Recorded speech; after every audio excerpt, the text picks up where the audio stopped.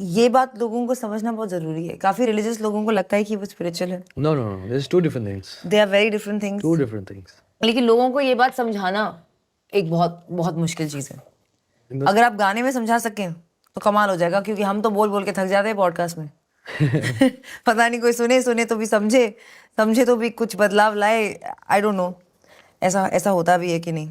आपने ये भी बात कर रहे थे कि आपका जो एक फेज था जिसमें आपने 4 बोतल वोडका गाना लिखा है, वो आपका एक सैटेनिक फेज था। हाँ बिल्कुल। और इस फेज के बाद आपको ये भोलेनाथ वाला फेज मिला जहां आप स्पिरिचुअल हो गए।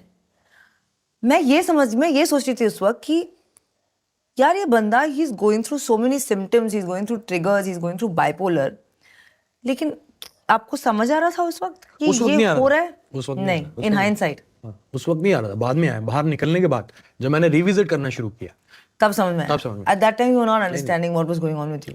I got enlightened in 2018 और 19. I don't even remember the year. जब मैंने उससे बाहर आके 3 साल बाद मुझे लगा कि यार जब मैं उस मंदिर में गया कि ये फीलिंग मुझे उस रात को आई थी। एक रात को, इतनी सारी रातों में से एक रात को। तो मैं उस रात एनलाइटेंड हुआ, तो मैं आज समझ पा रहा हूँ, जिसपे मैंने नज़म लिखी जो आपको सुनाई, जो मुझे पर्पस मिला कि भोलेनाथ ने बोला बेटा अभी तेरा वक्त नहीं है, तू सोच सोच के मर रहा है, तू ऑटोग्राफ देगा, तू दस्तखत करेगा। और मैं कैसे मर रहा था? सोच सोच के। मेरे साथ कुछ नहीं हो रहा था, कोई चाकू नहीं मार रहा था मुझे, कोई गोली नहीं मार रहा था। मैं बैठा हूँ एक कुर्सी पे बैठ के 7 साल सोच सोच के मर रहा हूँ। बाप रे, उफ। और अब आप सोच सोच के जियोगे, क्योंकि ये आपका कमबैक है। अब नहीं मैं सोचता कुछ भी।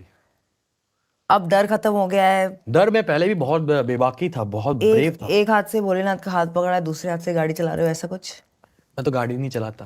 नहीं, मतलब क्योंकि जिंदगी भोलेनाथ का पैर पकड़ा है तो गाड़ी अपने आप चल रही है।